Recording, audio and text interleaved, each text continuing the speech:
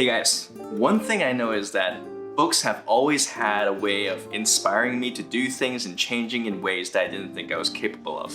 Like a few videos back, I shared how my life was changed by the Full Focus Journal and the Free to Focus book from Michael Hyatt. But anyway, today the 3 books I want to share with you isn't about productivity. They're more about books that have helped me on trying to achieve the goal of becoming a legit YouTuber from a creativity and a storytelling perspective. So the first book, Show Your Work by Kleon, is a pretty short book. It looks something like this. This is another book by the same author.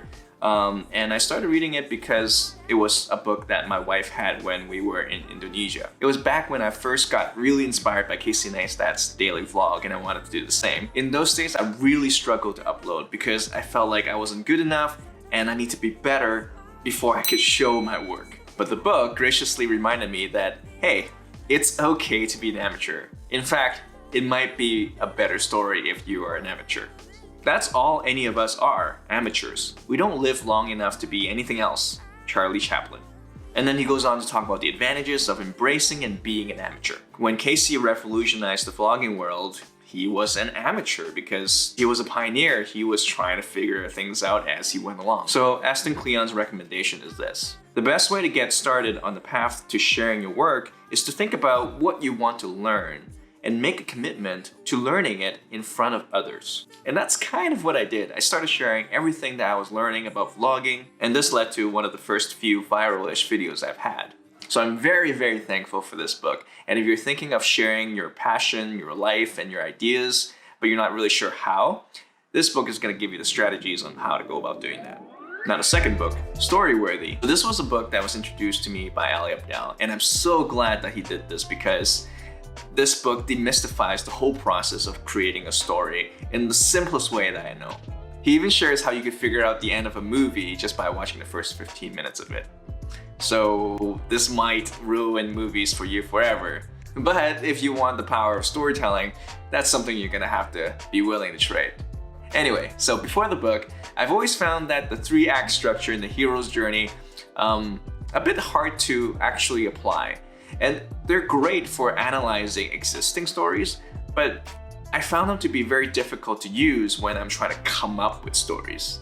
But in this book, the author Matthew Dix shares this idea that he refers to as the 5-second moment. He says, every great story ever told is essentially about a 5-second moment in the life of a human being. And the purpose of the story is to bring that moment to the greatest clarity possible. So basically, start with the end in mind.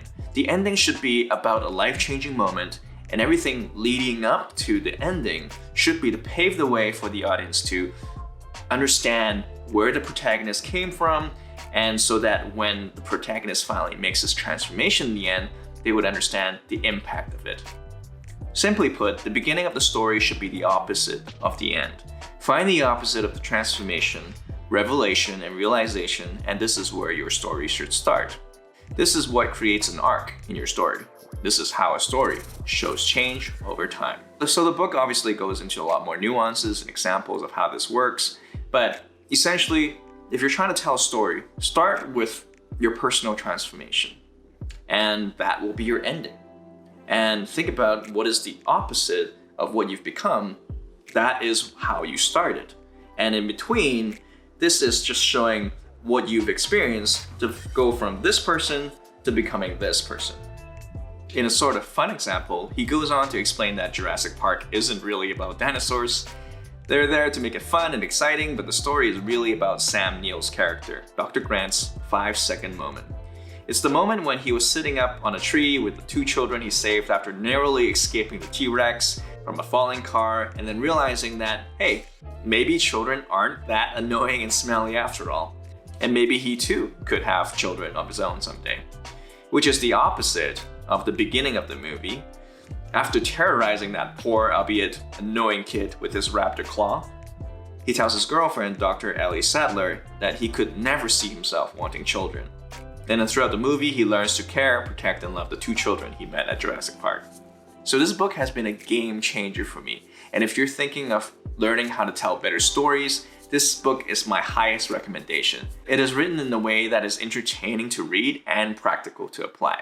Now the third book, The War of Art by Steven Pressfield, which I'm not really sure how I came across it, but it really helped me sort of understand and navigate this pursuit of something worthwhile. In the early days, before I uploaded even my first video, I would procrastinate hard. I would come up with an idea for a video and I would start writing it, and then it would become too hard and I would just bail. I'd go out, I'd play games, I would take a nap, which was super frustrating because I was on a sabbatical and I wish that I could have used that time better. For some reason, it's super easy to work very hard for someone else, but when it comes to working for myself, I'm just like the worst. And then when I read this book, it opened up my eyes to what was kind of happening in a sort of spiritual way. So the big premise of this book is the idea of resistance with the capital R. Basically, if you're pursuing some sort of passion or calling, you'll be met with this invisible force called resistance. And it comes in all sorts of forms. It could be distractions, it could be procrastination by perfection, or fear. And the book goes into a lot of details on all the ways that resistance comes to slow you down. In fact, the first third of the book is about resistance. And then the book goes on to talk about the idea of turning pro, which is the only way to beat resistance. And just so it's not confusing, the War of Art's version of pro versus amateur is like the complete opposite of my first book recommendation, Show Your Work. In here, Steven Pressfield is talking about amateur being a hobbyist, and a pro is someone who is so passionate about something that they devote their life to it. Someone once asked Somerset Maugham if he wrote on a schedule or only when struck by inspiration. "I write only when inspiration strikes," he replied. "Fortunately, it strikes every morning at 9 o'clock sharp." Now that's a pro. So in order to beat resistance, we can't sit around and wait for inspiration and circumstances to come to put us in the mood to write or make videos or create anything. No, the inspiration and circumstances that will help us to create only comes after we sit our butt down and then actually doing the work. Then it will come.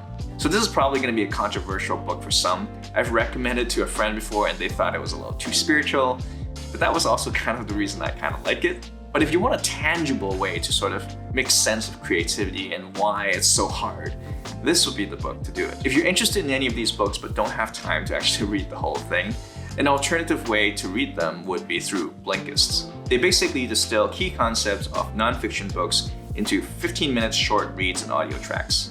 So you can kind of get a gist of the book without a huge time commitment. I do this sometimes to sort of sample out books to figure out which books is worth my time, and then I buy the real thing to read it. Anyway, get a 20% discount if you're interested, link in the description. So have you guys read any of these books?